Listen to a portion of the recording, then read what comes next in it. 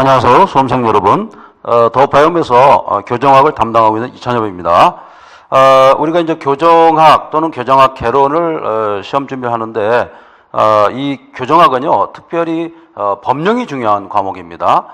그동안 출제 경향을 이렇게 본다면 법령 위주로 80% 이상이 출제됐고, 그 다음에 교정학이지만 형사 정책적인 측면에서 한 20%에서 15% 이런 출제 경향을 보이고 있습니다.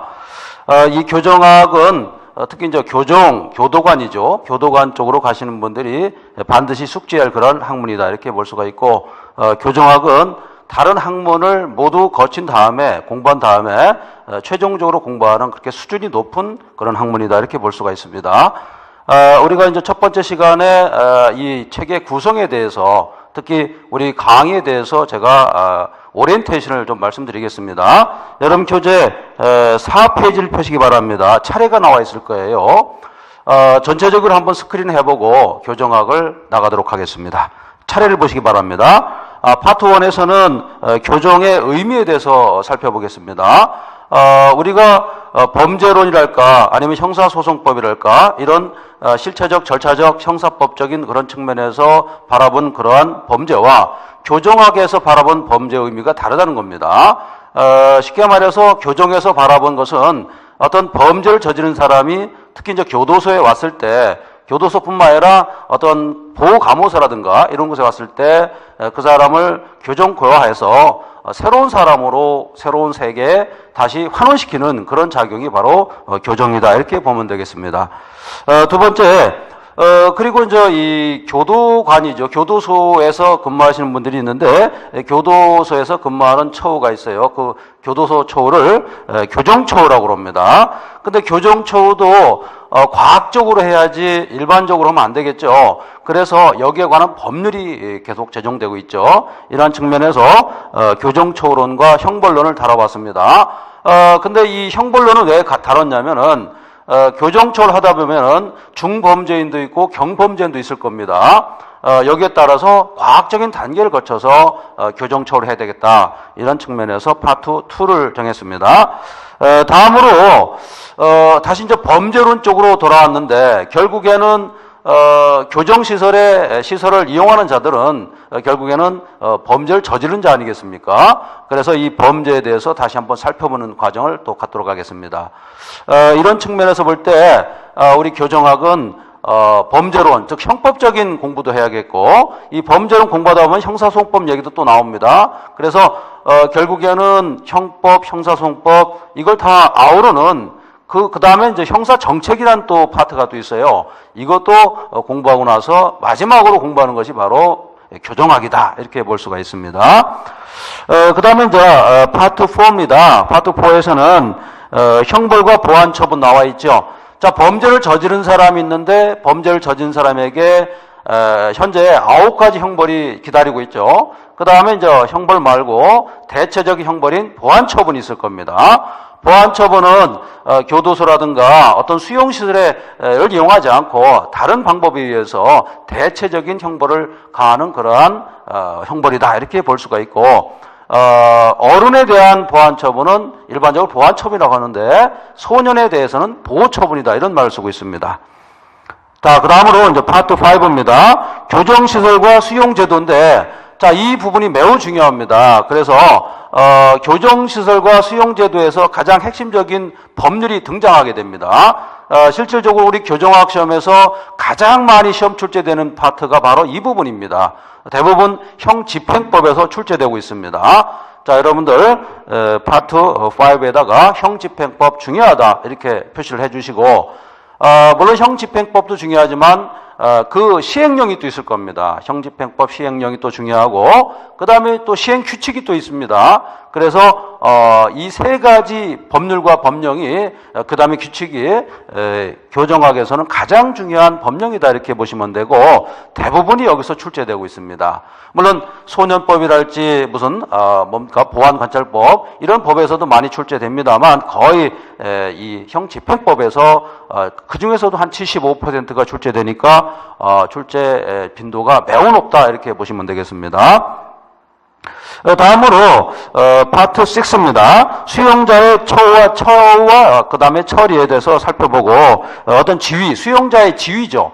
수용자가 어떤 지위를 가지고 있는가? 수용자도 사람이 아니겠습니까? 그래서 수용자에 대한 인권이랄까? 수용자에 대한 권리를 보호하는 그런 측면에서 법률 규정이 많다. 이렇게 보시면 되겠습니다.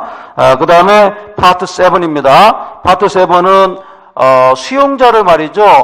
수용하는 방법에 대해서 규정하고 있죠. 그 내용을 지금 제가 간략하게 서술해 놨는데 뭐냐면 교도소에서 수용하는 방법이 있다는 겁니다. 그래서 이것도 역시 형 집행법과 매우 관련이 있다. 이렇게 보시면 되겠고 그 다음에 이제 파트 8입니다. 파트 8 보면 사회적 처우가 있죠. 사회적 처우는 중간 처우라고 그래요.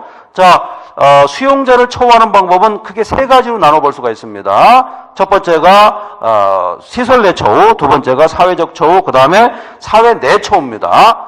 사회 내 처우는 교도소로 들어보내지 않고 사회에서 교정, 개화해가지고 다시 사회로 돌려보내는 그런 작용을 하는 것이 바로 사회 내 처우다 이렇게 볼 수가 있습니다. 그 다음에 파트 10에서는 최근에 문제가 많이 되고 있는 범죄 형태에 대해서 한번 살펴봤습니다. 물론 출제될 확률은 거의 뭐 한 문제 정도 나온다 이렇게 볼 수가 있는데 특히 여성 범죄와 그 다음에 소년 범죄에 대해서 살펴보는 시간을 또 갖도록 하겠습니다. 여성 범죄 같은 경우는 사실 남성과 좀 다른 범죄 유형을 형태를 띠고 있다 이렇게 보시면 되겠고 그 다음에 소년 범죄의 특징도 매우 다양하기 때문에 여기에 대한 문제가 간혹 출제되고 있다 이렇게 보시면 됩니다. 그 다음에 이제 파트 11입니다. 파트 11 쪽에서는 뭐냐면 보충강이라고 해가지고 제가 정리해 놓은 것이 또 상당 부분이 있어요. 이 책에. 이 부분에서는 그동안 우리가 한 20년간 출제되었던 이 교정학 관련 문제의 키워드를 제가 정리해놨습니다. 상당 부분 대부분 다 그 내용을 간략하게 정리해놨기 때문에 이 내용만 잘 공부하시면은 문제 푸는데 크게 지장이 없을 겁니다. 자, 그 다음에 파트 12입니다. 중요 판례가 있는데 중요 판례는 최근에 교정과 관련해서 헌법재판소 헌법 불합치라든가 위헌 판결 내린 그런 사항이 있을 거예요. 가장 키워드가 되는 부분을 정리해놨습니다. 그 다음에 또 중요한 내용이 있는데 거기 보면은 파트 13 나와 있죠. 거기 보면은 관련 법령이 있을 거예요. 제가 모두에도 말씀드렸다시피 관련 법령도 매우 중요하다. 특히 우리가 형집행법, 그 다음에 형집행법 시행령, 규칙 이것도 중요하지만 뭐 소년법 등 이런 관계 법령이 매우 중요하다 이렇게 보시면 되겠고 본 교재는 말이죠. 아마 지금 현재 나와 있는 교재 어떤 학원가라든가 어떤 예를 들어서 노량진이라든가 어떤 학원 같은 경우에 나와 있는 책보다 가장 간략하게 돼 있고 빠진 것이 없다 이렇게 제가 자평할 수 있습니다. 그 다음에 여기까지 파트 13까지 우리가 아무리 공부해 본들 실전 연습을 하지 않으면 고득점 받기 어렵겠죠? 그렇기 때문에 파트 14에서는 교정학 핵심 문제를 다뤄봤습니다. 이 파트 14에서는 교정학 핵심 문제 중에서 최근의 3년 문제를 한번 다뤄봤고 그 다음에 제가 중요하다고 판단하는 그런 법령 문제 그 다음에 형사 정책적인 문제 자 우리가 교정학을 공부하지만 형사 정책에 관한 내용도 출제되고 있다 이런 얘기예요. 이 얘기는 무슨 얘기냐면 형사 정책과 교정학은 끊을래야 끊을 수 없는 불가분의 관계이기 때문에 그렇습니다. 자, 그래서 파트 14에서는 모의고사 15회입니다. 사실은 모의고사를 한 30회 정도 하는 것도 좋죠. 그러나 문제를 너무 많이 푼다고 해가지고 우리가 고득점을 받느냐 그건 절대 아닙니다. 특히 우리 교정학은 법령 문제가 많이 출제되기 때문에 컴팩트하면서도 경제적으로 접근해야 고득점을 받을 수가 있고 여러분들이 합격의 영광을 빨리 안을 수가 있다 이렇게 확신할 수가 있습니다. 자, 그래서 전반적인 내용을 한번 훑어봤습니다. 자, 그러면은 파트 1 교정학의 의의에 대해서 살펴보는 시간을 갖도록 하겠습니다. 여러분 교재 6페이지입니다. 거기 보시면은 챕터 1 이렇게 돼 있죠. 교정학의 발전 이렇게 돼 있을 겁니다. 자, 본 교재의 특징은 그 장마다 말이죠. 가장 중요한 내용이 키워드로 들어가 있습니다. 물론 키워드가 없는 부분도 있을 거예요. 주로 키워드가 들어가 있는 부분은 시험에 자주 출제되는 부분이다. 이렇게 볼 수가 있습니다.